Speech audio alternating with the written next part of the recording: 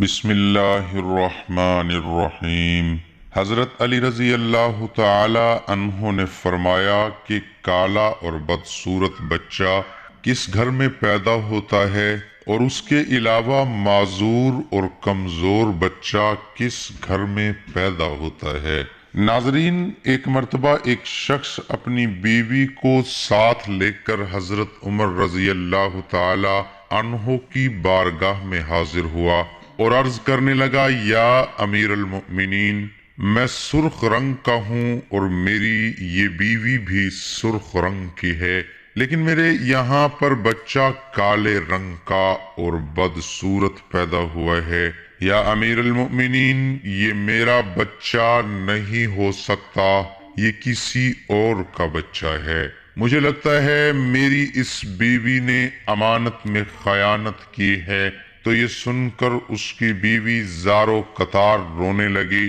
اور روتے روتے کہنے لگی، یا امیر المؤمنین، میں نے کبھی بھی خیانت نہیں کی ہے، یہ بچہ میرے اس شوہر کا ہے، میں نے اس کے ساتھ ہمیشہ وفاداری کی ہے، مگر دوسری طرف شوہر اپنی بیوی سے بہت زیادہ خفا تھا، اس کے دل میں بیوی کے لیے نفرت آ چکی تھی، اس لیے یہ سن کر وہ شخص کہنے لگا، یا امیر المؤمنین، میری یہ بیوی جھوٹ بول رہی ہے، یہ بچہ میرا نہیں ہو سکتا۔ یہ سن کر حضرت عمر رضی اللہ تعالی عنہ سوچ میں پڑ گئے اور سوچنے لگے کہ اب اس معاملے کا کس طرح سے حل کیا جائے۔ اس کے بعد حضرت عمر رضی اللہ تعالی عنہ اس شخص اور اس کی بیوی کو ساتھ میں لے کر حضرت علی رضی اللہ تعالی عنہ کی خدمت میں حاضر ہوئے تاکہ اس معاملے کا کوئی حل نکالا جا سکے۔ حضرت علی رضی اللہ تعالی عنہ نے میاں بیوی کی باتوں کو سن کر پھر اس شخص سے فرمایا، اے شخص، پہلے تم مجھ سے ایک وعدہ کرو کہ تم سے یہاں پر جو بھی بات پوچھی جائے گی تم اس کا سچ سچ جواب دو گے۔ تو یہ سن کر اس شخص نے وعدہ کیا اور کہنے لگا، یا حضرت علی، آپ مجھ سے جو بھی سوال کریں گے میں اس کا سچ سچ جواب دوں گا اور جھوٹی بات اپنی زبان پر نہیں لاؤں گا۔ یہ سن کر حضرت علی رضی اللہ تعالی عنہ نے فرمایا، اے شخص، سچ سچ بتاؤ، کیا تم نے اپنی بیوی کے ساتھ حالت حیض میں مباشرت کی تھی؟ یہ سن کر وہ شخص تھوڑی دیر تو خاموش رہا، پھر کہنے لگا، ہاں یا حضرت علی رضی اللہ تعالی عنہ، میں نے اپنی بیوی کے ساتھ اس حالت میں مباشرت کی تھی جب وہ حالت حیض میں تھی۔ تو اتنا سنتے ہی حضرت علی رضی اللہ تعالی عنہ فرمانے لگے، اے شخص، اب تو اس سے انکار نہ کر، جب تم نے حالت حیض میں اپنی بیوی کے ساتھ ہم بستری کی تھی تو اس وقت تمہارا نطفہ تمہاری بیوی کے سیاہ خون کے ساتھ مل گیا تھا، یعنی کہ حیض کی حالت میں بیوی کے ساتھ ہم بستری کرنے کی وجہ سے تمہارا یہ بچہ کالے رنگ کا اور بدصورت پیدا ہوا ہے، لہٰذا اب تو اس سے انکار نہ کر، یہ بچہ تیرا ہی ہے تو اسے قبول کر لے اور اپنی اس بیوی پر جھوٹی تہمت مت لگا۔ اے شخص، یاد رکھ، حیضی کی حالت میں بیوی کے ساتھ صحبت کرنا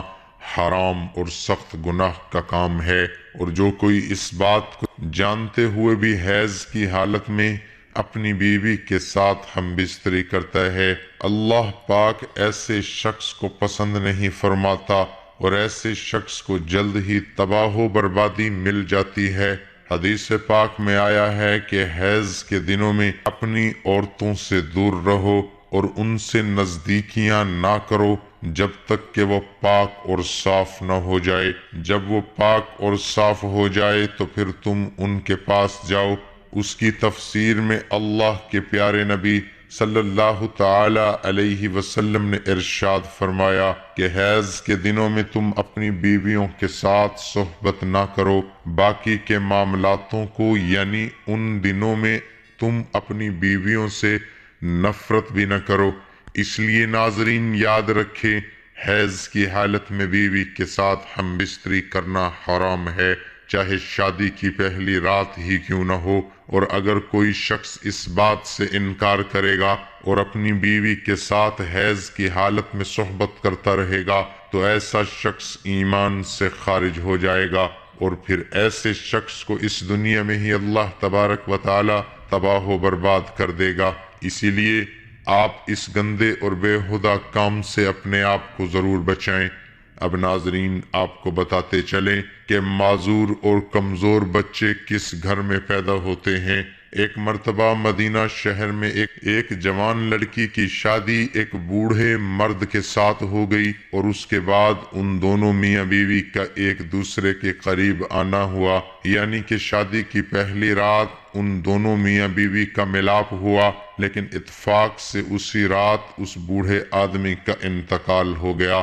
اب کیونکہ ان دنوں کا ملاپ ہو چکا تھا، اس لیے وہ جوان لڑکی حاملہ ہو گئی، اور پھر کچھ مہینوں کے بعد اس عورت کو بچہ پیدا ہو گیا۔ جب اس کو بچہ پیدا ہو گیا تو یہ سوال اٹھنے لگا کہ وہ بوڑھا شخص تو شادی کی پہلی رات ہی انتقال کر گیا تھا، تو آخر اس کو یہ بچہ کیسے پیدا ہوا؟ یہ بچہ کسی اور مرد کا ہے۔ اس بوڑھے شخص کی ایک پہلے بھی شادی ہو چکی تھی، اور اس کی پہلے والی بیوی سے ایک بیٹا بھی موجود تھا۔ اس ستیلے بیٹے نے اپنی ستیلی ماں پر یہ الزام لگانا شروع کر دیا کہ اس عورت نے زنا کیا ہے، اور یہ بچہ میرے باپ کا نہیں ہے، یہ بچہ اس مرد کا ہے جس کے ساتھ اس عورت نے زنا کیا ہے۔ ناظرین، یہاں پر الزام لگانے کی شاید ایک وجہ یہ بھی ہو سکتی ہے کہ ستیلا بیٹا یہ نہیں چاہتا تھا کہ اس کی وراثت میں کوئی اور حصے دار آ جائے۔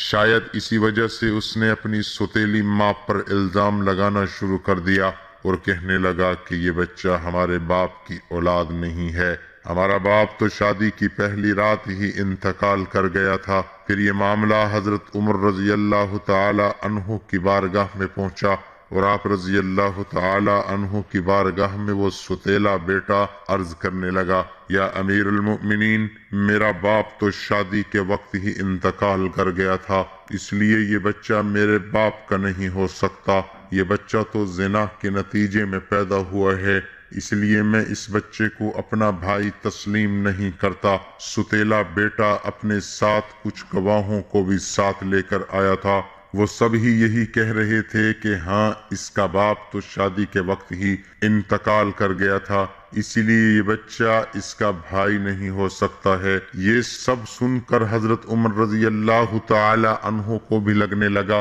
کہ سچ میں یہ عورت ہی قصوروار ہے، سب لوگ اس کے خلاف گواہی دے رہے ہیں۔ اسی لیے سب کی باتوں کو سننے کے بعد حضرت عمر رضی اللہ تعالی عنہ اس کا فیصلہ سنانے والے ہی تھے۔ اتنے میں آپ رضی اللہ تعالی عنہ کے دربار میں حضرت علی رضی اللہ تعالی عنہ تشریف لائے۔ آپ رضی اللہ تعالی عنہ نے جب یہ سارا معاملہ سنا تو پھر آپ رضی اللہ تعالی عنہ نے اس ستیلے بیٹے سے سوال کیا، اے شخص بتاؤ کتنے عرصے تک یہ دونوں ساتھ میں رہے، اور آپ جس بچے پر الزام لگا رہے ہو وہ بچہ کہاں پر ہے؟ یہ سن کر اس سے پہلے والے بیٹے نے کہا، ہاں یا علی، میں آپ کو دکھا تو سکتا ہوں مگر اس وقت ہمارے ساتھ موجود نہیں ہے۔ تو یہ سن کر حضرت علی رضی اللہ تعالی عنہ نے فرمایا کہ اچھا تو ٹھیک ہے، تم کل اس بچے کو لے کر آنا، کل اس مقدمے کا فیصلہ سنایا جائے گا۔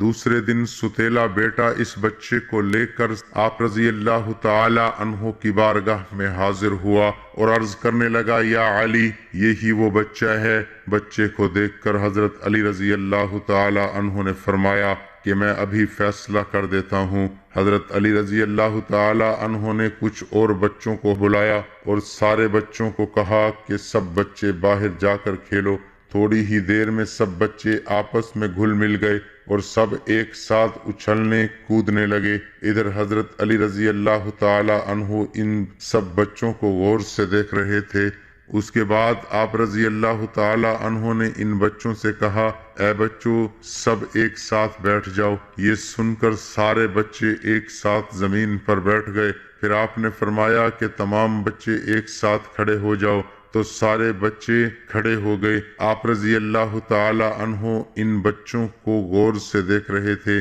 آپ رضی اللہ تعالی عنہ نے دیکھا کہ وہ سارے بچے بڑی ہی آسانی سے بیٹھے بھی اور اٹھے بھی، لیکن اس بچے کو بیٹھنے اور اٹھنے میں کچھ دقت کا سامنا کرنا پڑ رہا۔ جس بچے پر الزام لگایا جا رہا تھا کہ یہ دیکھ کر پھر حضرت علی رضی اللہ تعالی عنہ نے فیصلہ سنایا۔ آپ رضی اللہ تعالی عنہ نے فرمایا کہ یہ بچہ اسی بوڑھے شخص کا ہے، یہ کسی اور مرد کا بچہ نہیں ہے، کیونکہ اس بچے کا باپ بوڑھا تھا، اس لیے اس میں کچھ کمزوری نظر آ رہی ہے، اور باقی کے بچے جوان مردوں کے بچے ہیں، اس لیے وہ سارے تندرست ہیں۔ اللہ پاک ہمیں بہتر عمل کرنے کی توفیق عطا فرمائے اور ہمیں پرسکون صحت مند زندگی عطا فرمائے، آمین۔ ناظرین، کمنٹ باکس میں اللہ تعالیٰ کے 99 ناموں میں سے ایک نام ضرور ٹائپ کریں۔